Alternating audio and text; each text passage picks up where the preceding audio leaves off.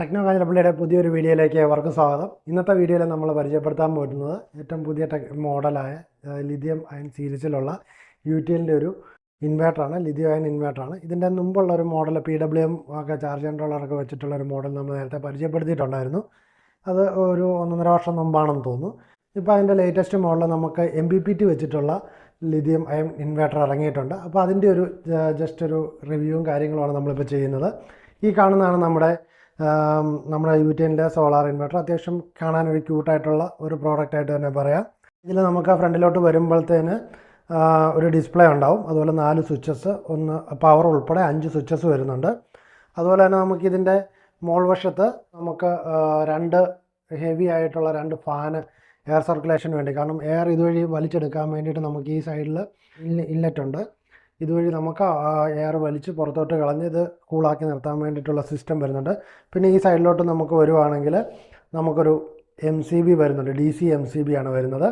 ഈ DC MCB എന്ന് പറയുന്നത് നമ്മുടെ ബാറ്ററിയുടെ ഓൺ ഓഫ് ചെയ്യാൻ വേണ്ടി, ഇൻറ്റേർണലുള്ള DC ബാറ്ററി നമുക്ക് ഓൺ ഓഫ് ചെയ്യാൻ വേണ്ടിയിട്ടുള്ള ഒരു ഇതാണ്. പിന്നെ ഒരു AC ഇൻപുട്ട് കൊടുത്തിട്ടുണ്ട്. പിന്നെ നമുക്കൊരു റീസെറ്റ് സ്വിച്ച് കൊടുത്തിട്ടുണ്ട്. പിന്നെ ഒരു എർത്തിന് ഒരു പോർട്ട് നമുക്ക് കൊടുത്തിട്ടുണ്ട്.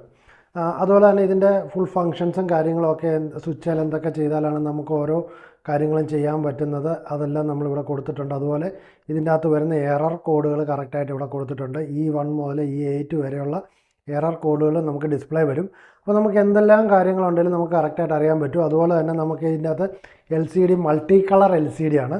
അതുകൊണ്ട് തന്നെ നമുക്കിപ്പം എന്തെങ്കിലും കംപ്ലൈൻറ്റ് ഉണ്ടെങ്കിലോ ഒക്കെ പെട്ടെന്ന് തന്നെ ഒരു കസ്റ്റമർക്ക് തന്നെ പെട്ടെന്ന് കാര്യങ്ങൾ കണ്ടുപിടിക്കാവുന്ന രീതിയിലാണ് ഇത് ഡിസൈൻ ചെയ്തിരിക്കുന്നത്. അതായത് പ്രൊട്ടക്ഷൻ ലെവലിലോട്ട് പോകണേ ഒരു റെഡ് കളർ എറർ വരുവാണേലും ഒരു റെഡിഷിൻ്റെ തന്നെ ഒരു ലൈറ്റ് കളറ്, അതുപോലെ തന്നെ നമ്മുടെ മെയിൻസ് വരുമ്പോഴത്തേന് ഓറഞ്ച് കളറ്, അതുപോലെ നമുക്ക് സോളാർ വരുമ്പോൾ ഗ്രീൻ കളറ്, അതുപോലെ ബാറ്ററിയെല്ലാം സോളാറിലോ വർക്ക് ചെയ്യുന്നെങ്കിൽ ലൈറ്റ് ഗ്രീന്, അതുപോലെ സോളാറേലും മെയിൻസേലും ആണെങ്കിൽ നമുക്ക് ഓറഞ്ചിൻ്റെ ലൈറ്റ് ഓറഞ്ച്, അങ്ങനെ പല കളറിൽ ഏകദേശം 6 കളറിൽ നമുക്ക് ഈ ഡിസ്പ്ലേ വർക്ക് ചെയ്യും.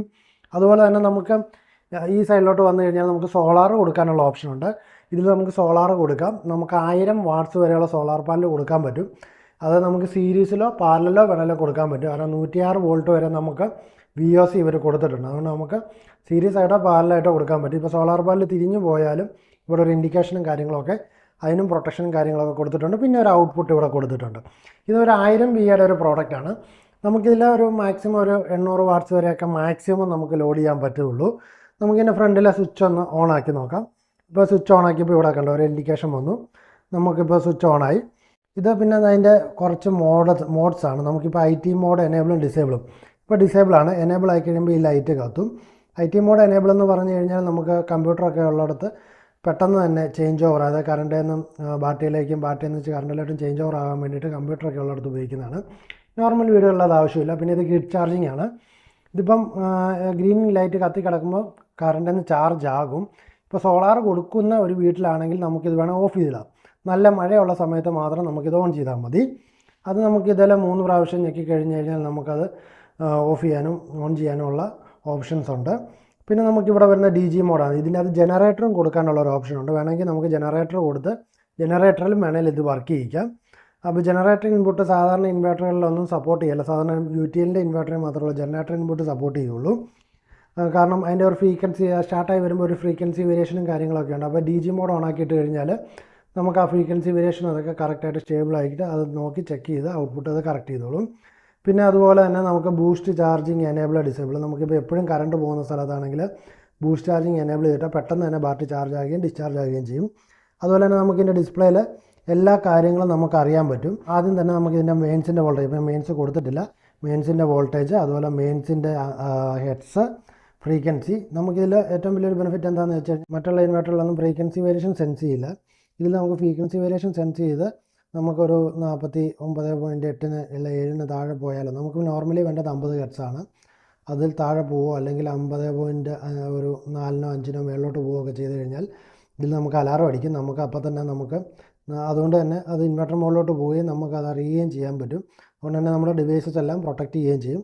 അതിനുശേഷം ബാറ്ററിയുടെ വോൾട്ടേജാണ് 26.7 വോൾട്ട്. ഇതിൻ്റെ അകത്ത് വരുന്നത് 24 വോൾട്ടിൻ്റെ 54 AH ബാറ്ററിയാണ്. അതായത് ഏകദേശം ഒരു 1 കിലോ വാട്ട്സിൻ്റെ തന്നെ ബാറ്ററി ഉണ്ടെന്ന് പറയാം. ഏകദേശം നമ്മുടെ ഒരു 150 എച്ച് ബാറ്ററിയുടെ ഏകദേശമൊക്കെ അടുത്തുള്ള ബാക്കി ഇപ്പോൾ സാധാരണ ലെഡ് ആസിഡുമായിട്ട് നോക്കുമ്പോൾ നമുക്ക് കിട്ടും. പിന്നെ അതിൻ്റെ ചാർജിങ് ഉണ്ട്, ചാർജിങ്ങിൻ്റെ ആംബിയർ കാണിക്കും. പിന്നെ ഇത് ഔട്ട്പുട്ട് വോൾട്ടേജാണ്, ഔട്ട്പുട്ടിൻ്റെ ഫ്രീക്വൻസിയാണ്, എത്ര ശതമാനം ലോഡുണ്ട്, സോളാറിൻ്റെ വോൾട്ടേജ്, ആംബിയർ, സോളാറിൽ നിന്ന് എത്ര യൂണിറ്റ് ഉണ്ടാക്കി എന്നുള്ള കാര്യങ്ങളെല്ലാം നമുക്ക് ഇതിൻ്റെ അകത്ത് അറിയാൻ പറ്റും. അപ്പോൾ ലിഥിയം ബാറ്ററിയെ സംബന്ധിച്ച് നമുക്കറിയാമല്ലോ, ലിഥിയം ബാറ്ററിയെ സംബന്ധിച്ച് നമുക്ക് ഏറ്റവും വലിയ ബെനിഫിറ്റ് എന്താണെന്ന് വെച്ചാൽ നമുക്കറിയാം. സാധാരണ ഒരു 1000 VAയുടെ ഒരു ഇൻവെർട്ടറും ബാറ്ററി എന്ന് പറയുമ്പോൾ ഏകദേശം ഇതിൻ്റെ പകുതിയോളം വരുന്ന ഒരു ഇൻവെർട്ടർ ഉണ്ടാവും, പിന്നെ ഇതിൻ്റെ 2 ഇരട്ടി വലുപ്പം വരുന്ന ഒരു ബാറ്ററി ഉണ്ടാവും. ഇതെല്ലാം കൂടെ ഒരൊറ്റ സിസ്റ്റത്തിൽ നമുക്ക് വരും. അതുപോലെ തന്നെ ഏറ്റവും വലിയ ബെനിഫിറ്റ് എന്താണെന്ന് വെച്ച് കഴിഞ്ഞാൽ ഇപ്പോൾ ഉള്ള വീടുകളിലെല്ലാം നമുക്കറിയാം, മിക്ക വീടുകളിലും പ്രായമായവർ മാത്രമേ ഉള്ളൂ, അല്ലെങ്കിൽ വീട്ടിൽ ആളുകളില്ലാത്ത സാഹചര്യമാണ്. എല്ലാ മക്കളെല്ലാം വിദേശത്തൊക്കെ പോയി പഠിക്കാൻ പോകുന്നു. അന്നേരം ഈ സാധാരണ ഇൻവെർട്ടറും ബാറ്ററിയും വെച്ച് കഴിഞ്ഞാൽ അതിൻ്റെ ബാറ്ററി വെള്ളം ഒഴിക്കുകയോ മെയിൻ്റെനൻസ് ചെയ്യുകയൊക്കെ പാടാണ്. പക്ഷേ ഇതിനെ സംബന്ധിച്ച് നമുക്ക് ബാറ്ററി വെള്ളം ഒഴിക്കുകയോ മെയിൻ്റെനൻസ് ചെയ്യുകയൊന്നും വേണ്ട. പിന്നെ ഒരു ആവറേജ് ഒരു 10 വർഷം, ഇതിനിപ്പോൾ ഇൻവെർട്ടറിനും ബാറ്ററിക്കും 5 വർഷം നമുക്ക് കമ്പനി ഓൺസൈറ്റ് വാറണ്ടി തരുന്നുണ്ട്. കമ്പനിയുടെ ഡയറക്റ്റ് ടെക്നീഷ്യന്മാർ നമ്മുടെ വീട്ടിൽ വന്ന് സർവീസ് തരും. ഇതിൻ്റെ ബാറ്ററിക്ക് ഏകദേശം നമുക്കൊരു 10 വർഷം എബോ നമുക്ക് ലൈഫ് പ്രതീക്ഷിക്കാം. ലൈഫ് സൈക്കിൾ ഏകദേശം 3500 ആ റേഞ്ചിലൊക്കെയാണ് പറയുന്നത്. അതുകൊണ്ട് തന്നെ നമുക്കൊരു 10 വർഷത്തിന് മുകളിൽ നമുക്ക് ബാറ്ററിക്ക് ലൈഫ് പ്രതീക്ഷിക്കാം. പിന്നെ കുറച്ച് ഏരിയ മതി, അതൊരു ബെനിഫിറ്റ്. പിന്നെ നമുക്കിത് വേണമെങ്കിൽ ഭിത്തിയിൽ തൂക്കിയിടാവുന്ന സെറ്റപ്പിലുണ്ട്. നമുക്ക് വേണമെങ്കിൽ ഈ ഫ്ലാറ്റിലൊക്കെ താമസിക്കുന്നവർക്ക് ഒട്ടും ഇടയില്ലാത്തൊരു സിറ്റുവേഷൻ ആയിരിക്കും. അവിടെയുള്ളവർക്കൊക്കെ നമുക്ക് വേണമെങ്കിൽ ഭിത്തിയിൽ ഇത് സെറ്റ് ചെയ്ത് കഴിഞ്ഞാൽ ഇട പോകുന്നുള്ള, ഇൻവെർട്ടർ വെക്കുന്ന ഇട പോകുന്നുള്ള പേടി വേണ്ട. അതുപോലെ തന്നെ നമുക്ക് മറ്റൊരു ബെനിഫിറ്റാണ് ഇതിൻ്റെ അകത്ത് കറണ്ട് ചാർജ് ഇച്ചിരി കുറവായിരിക്കും. കാരണം എന്താണെന്ന് വെച്ചാൽ സാധാരണ ബാറ്ററിയിൽ നമുക്ക് 1 യൂണിറ്റ് കറണ്ട് കൊടുത്താൽ നമുക്ക് തിരിച്ചെടുക്കാൻ പറ്റുന്ന 0.6 ഉള്ളൂ. അത് 60% വരെ അതിന് എഫിഷ്യൻസി ഉള്ളൂ. 40% നമുക്ക് ലോസ് ആയിട്ട് പോകും. പക്ഷേ ഇതിൽ നമുക്ക് 0.95 നമുക്ക് തിരിച്ചെടുക്കാൻ പറ്റും. ഒരു 5% ഉള്ളൂ നമുക്ക് ലോസ് വരുള്ളൂ. അപ്പോൾ കറണ്ട് ചാർജിലും സാധാരണ ഇൻവെർട്ടർ വെക്കുന്നതും വെച്ചിട്ട് ചെറിയ വ്യത്യാസം നമുക്ക് അതിലും ലാഭം കിട്ടും. പിന്നെ ഓഫ് കോഴ്സ് നമുക്ക് ഇതിൻ്റെ സോളാർ സപ്പോർട്ട് ചെയ്യും. ഇപ്പോൾ പകൽ വേണമെങ്കിൽ സോളാറിൽ നിന്ന് വർക്ക് ചെയ്യും. ഇതിൻ്റെ വർക്കിംഗ് എങ്ങനെയാണെന്ന് വെച്ച് കഴിഞ്ഞാൽ ഫസ്റ്റ് ആദ്യമേ സോളാറിൽ നിന്ന് ബാറ്ററി ചാർജ് ആവും. നമുക്കിപ്പം ഇന്നാണ് ഇപ്പോൾ ഇത് വെക്കുന്നതെന്ന് വെച്ചു. അപ്പോൾ നമുക്ക് നാളെ രാവിലെ ആദ്യം ബാറ്ററി ഫുൾ ചാർജ് ആകുന്നിടം വരെ സോളാറിൽ നിന്നുള്ള കറണ്ട് വെച്ച് ബാറ്ററി ഫുൾ ചാർജ് ആകും. എപ്പോൾ സോളാറിൽ നിന്ന് കറണ്ട് ഫുൾ ചാർജ് ആകുന്നു അപ്പോൾ ഓട്ടോമാറ്റിക്കായിട്ട് ബാറ്ററി കട്ട് ഓഫ് ആയിട്ട് ഓട്ടോമാറ്റിക്കായിട്ട് നമ്മുടെ സോളാറിലോട്ടും ബാറ്ററിയിലോട്ടും ഇതിൻ്റെ ലോഡ് പോകും. പിന്നെ ഇത് നമുക്ക് കണ്ടിന്യൂസ് ആയിട്ട് ഈ സോളാറിലും ബാറ്ററിയിലായിരിക്കും വർക്ക് ചെയ്യുന്നത്. വൈകുന്നേരം ഒരു 4 മണിയൊക്കെ ആകുമ്പോൾ സോളാർ പോകുമല്ലോ, വെയിൽ പോയി കഴിയുമ്പോൾ പിന്നെ ബാറ്ററിയിലേക്ക് പോയി ബാറ്ററിയുടെ ഒരു 50% എടുക്കുന്നിടം വരെ ബാറ്ററിയെ വർക്ക് ചെയ്യും. അത് കഴിയുമ്പോൾ ഓട്ടോമാറ്റിക്കായിട്ട് കറണ്ട് ബൈപ്പാസ് ആവും. നല്ല ബെനിഫിറ്റ് ഉള്ളൊരു പ്രോഡക്റ്റാണ്. ഇപ്പോൾ ചെറിയ കടകളിലൊക്കെ ആണെങ്കിലും ഭയങ്കര ഉപയോഗമാണ്. പകൽ ഉപയോഗമുള്ള കടകളുണ്ടല്ലോ, അവിടെയൊക്കെ ആണെങ്കിലും രാത്രിയിൽ വലിയ ഉപയോഗമില്ലല്ലോ. അങ്ങനെയുള്ളിടത്ത് നമുക്ക് ലൈവായിട്ട് സോളാറിൽ നിന്ന് ഉപയോഗിക്കാനൊക്കെ നമുക്ക് വളരെയധികം ഉപകാരപ്രദമായിട്ടുള്ള ഒരു പ്രോഡക്റ്റാണ്. കടകളിലാണെങ്കിലും കുറച്ച് ഏരിയ മതിയുള്ളതുകൊണ്ട് അതും നല്ലതാണ്. അതുപോലെ ഇപ്പം അറിയാം, നമുക്കിപ്പോൾ വരുന്നത് 90% വീടുകളും കടകളും AC ആണ്.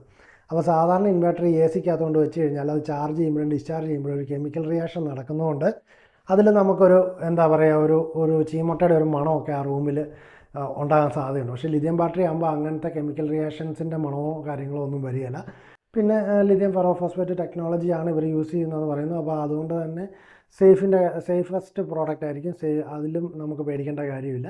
അപ്പോൾ നമ്മളൊരു വാക്ക് അറൗണ്ട് ചെറിയൊരു റിവ്യൂ ആണ്. ഡീറ്റെയിൽഡ് ലോഡൊക്കെ കൊടുത്തിട്ടുള്ള റിവ്യൂ നമുക്ക് അടുത്ത് തന്നെ ചെയ്യാം.